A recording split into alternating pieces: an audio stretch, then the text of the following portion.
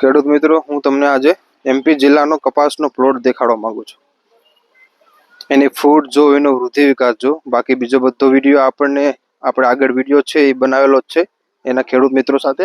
પણ હું તમને નીચેનું બધું દ્રશ્ય બતાવું. એની જમીન છે, એની ફૂટ છે, એની કુણપ છે, બધી જગ્યા. એવી નહીં કે હું એક શાહમાં ચાલુ છું, બીજો ચેન્જ કરી નાખીએ આપણે.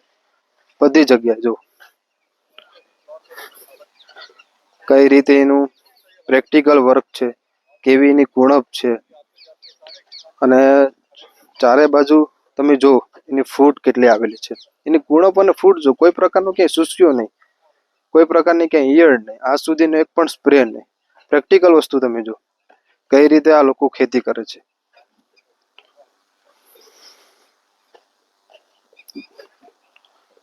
બધા ખેડૂત મિત્રો સુધી, ગુજરાતના તમામ ખેડૂત મિત્રો સુધી પહોંચે એટલે હું આજે એમપીમાં આવીને ગુજરાતી ભાષામાં વિડીયો બનાવું છું, આપણે સૌરાષ્ટ્રની ગુજરાતની ભાષામાં, જેથી બધા ખેડૂત સુધી ભાષાનો ઉપયોગ થાય અને સુધી પહોંચી શકે.